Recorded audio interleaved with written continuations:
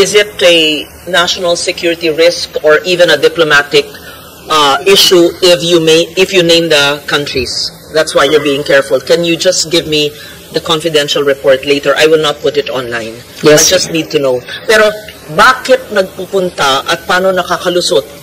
Is this through POEA, through OWA? Paano yun? Sila recruit? Are they recruited legally and then traffic there? How do they do it?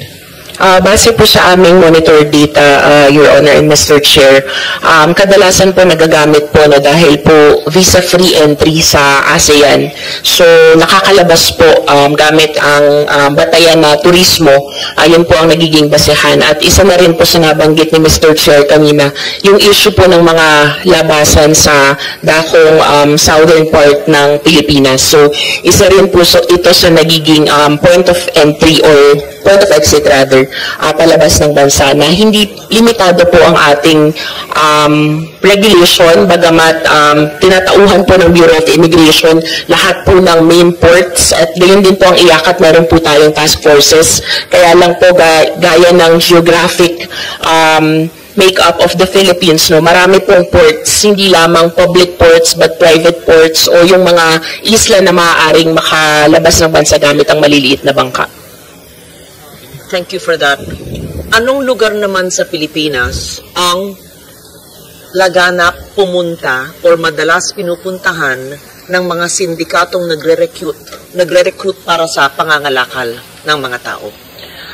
Your Honor, yan pong issue na yan, medyo nahihirapan na po kaming i-determine dahil online na po talaga ang kanilang ginagawang recruitment. So, ang base na lamang po sa aming impormasyon, karamihan pa rin po ng nagiging biktima ay nakabase sa National Capital Region at sa mga karatig bayan. Pero kung saan po naglalagay ang mga sindikato, mahirap na pong matukoy dahil nasa online na po talaga ang recruitment. Simply put, how do we prevent our innocent people from being praise, P-R-E-Y, praise of traffic? How do you advise possible victims against trafficking? Kailangan meron tayong maalituntunin, di ba? Kasi hindi naman lahat nakapag-aral, iba naghahanap ng oportunidad sa trabaho, ang online, hindi mo alam kung anong dapat gawin. Anong abiso ninyo?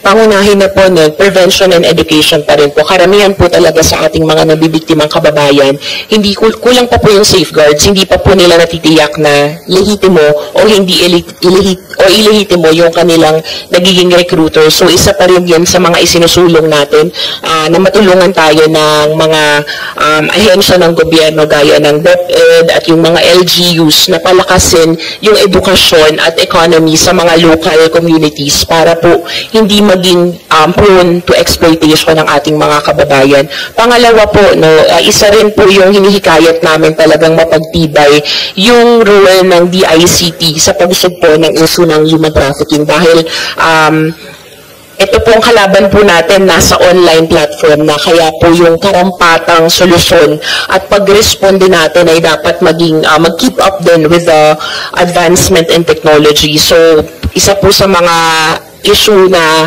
pinakaharap natin, paano po natin matutulungan ang ating mga kababayan na mag-spot ng mga fake advertisement, fake job offers, at para rin po matulungan silang ma-filter out yung mga ganong advertisements.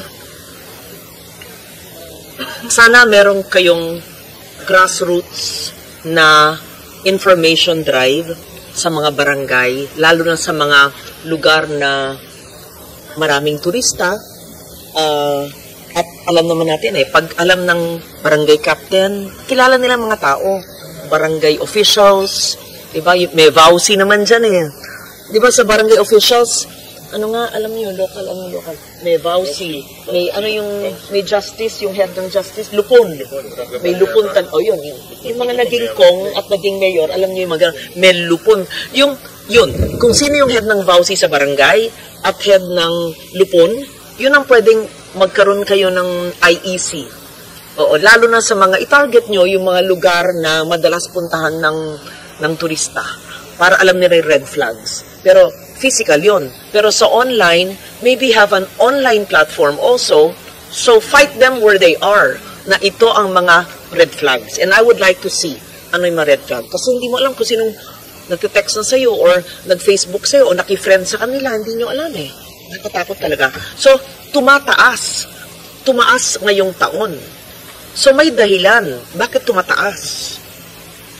Bakit kaya? Eh, may batas tayo. So, tier 1, yan ang palaisipan ko eh. Tier 1 tayo sa Asia. Pero tumataas ang biktima. Wala silang takot. Bakit kaya?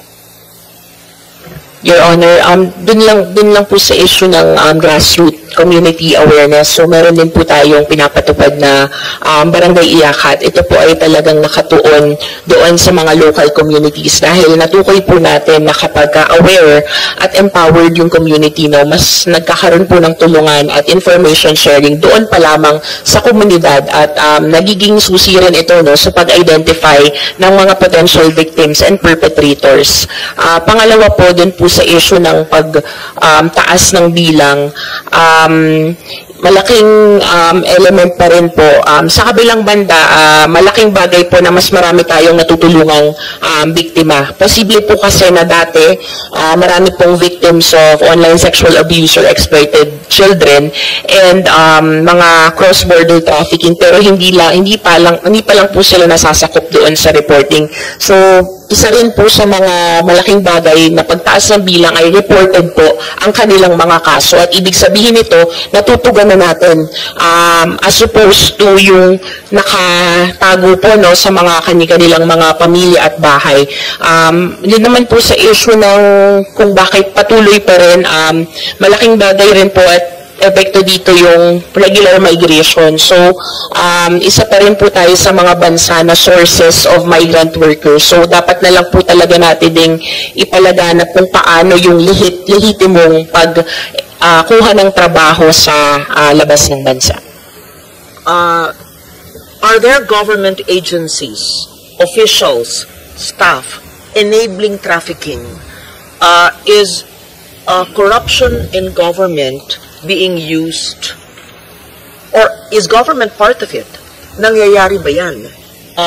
Because in a U.S. trafficking in persons report, there is either part of a report or an insinuation, and which government agency must we watch out for to ensure we or government agencies are not part of the web of syndicates and corruption, and we should, in fact, delineate the line, or baka naman napasukan ng sindikato. I just wanted to clarify the U.S. TIP report. Yes, Your Honor. We confirm na may findings ang US TIP report as to the connection of corruption with facilitating human trafficking. And following the recommendation of the US TIP report, isa po ito sa mga tinutukoy natin na tinututukan kung meron pong mga opisyal ng gobyerno or employees who are facilitating human trafficking. In fact po, sa ilalim ng amended Anti-Trafficking in Persons Act, mas malaki rin po ang parusa or mas malalim ang parusang ipapataw kung ang involved po sa trafficking ay government official. So again, nasa batas po natin ito at mapagtibay. Doon naman po sa implementation, pinapalaganap din natin yung awareness at nag-issue ang iyakat ng guidelines to all government agencies para po maging katuwang natin, no, sa pagsugpo ng human trafficking at kung meron pong nagfa-facilitate ng trafficking sa kanilang mga opisina, napatawan po ng administrative charges at criminal charges. Perhaps hindi dapat dito sa open hearing. I would like to have a private or even executive session with OIC Sec Frederick with a double D and E.B. Manalili, hindi kasi, yes, about this. At siguro si Darlene, sama, si Solgen, alam naman niya, kilala niya from bata kami, yung advokasya ko to, so that I want the law implemented. And government, we should not allow people in government or even government to be used. It really hurts me so much, and I cannot imagine. So, the U.S. report, the U.S. will not report it unless there's basis. And I'd like to know more of this report. In short, yung laman ng report na ito. I'm sure you know it. You just can't say it now. Yes. Which agency? What are the cases? Who? What? And I will file the necessary resolution to be referred to the appropriate Senate committee. And yes. So this is part of our duty as authors of laws from way back and as women leaders of our country. Yeah. So thank you for your answer. Magaling si ED. Yes. Bago ko lang sa IACAT. I've been with IACAT for 3 years. Recently took up the role of the executive director. Maraming salamat po, Senator Lauren. Senator Lauren, just to add, yung kanina na pag-usapan natin na we plan to increase the budget of IACAT. And IACAT is a task force, di ba? Tama ba? Mr. Chair. Interagency task force, is that the right description? Mr. Chair, it's a council composed of 28 government and non-government organizations. So, chairperson po ang Department of Justice at kami rin po ang namumuno doon sa task forces. Okay, pati hindi kayo yung enforcers. Hindi kayo yung nanguhuli, di ba? Not primarily, Senator, so but we are augmenting and coordinating. Coordinate with all the different agencies. So, how will the increase in budget help decrease incidences of human trafficking? Mr. Chair, with the permission of OIC. Kasi maganda yung kanina sabi ni Secretary, yung absorptive capacity. That's a very important kasi this is an interagency council, not the enforcement. No, so, but we want to help, no? Kami Senator Lawrence, Senator JV, because advocacy namin to. But how will the increase in budget decrease incidences of human trafficking? First of all po, maraming salamat sa all-out support talaga sa advokasya at misyon ng anti-trafficking. Second, yung dun po sa pagtaas ng budget, marami po kasing mga ahensya, even NBI, NBI, ang nakadepende po sa augmentation ng IACAT funding pagdating sa mga operasyon. So, gaya na lamang po nung kung meron po tayong intelligence report na natanggap na may lalabas ng bansa gamit ang mga illegal migration routes, tayo po ang nagpapadala ng pondo rin sa mga informants and sa ating agents na pupunta po doon mismo para mag-intercept. I understand that we are heavily dependent on our law enforcement units, the NBI and the PNP. But wala po kasing nakalaan na specific budget para sa trafficking sa ilalim ng kanilang mga ahensya. Kaya pagdating po sa pag-augment ng kanilang mga pangangailangan, dun po pumapasok ang IACAT under the leadership of the Department of Justice. How about yung, naalala ko tuloy, Senator Lawrence, sa ibang bansa, like sa, I think in Western countries, pag nag-CR ka, doon sa likod ng pinto, merong advertising doon. Sa airport, actually, sa airport. Diba? Kung if you are a victim of human trafficking, call this number. Linalagay nila sa banyo kasi yung mga human trafficked victims, pag nagbabanyo, doon lang sila nakaka-report. But ito yung mga countries na countries na meron human trafficking incidences. Tayo kasi yung victim no? So how do tayong source or tayo yung nabi-victimize?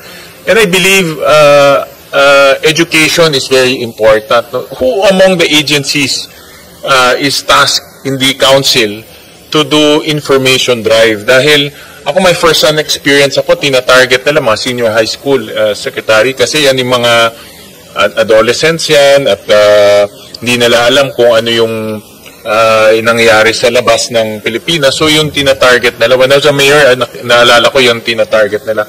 But that can be countered with information campaign. So who among the agencies? Is it IACAT? Is it sinong agency?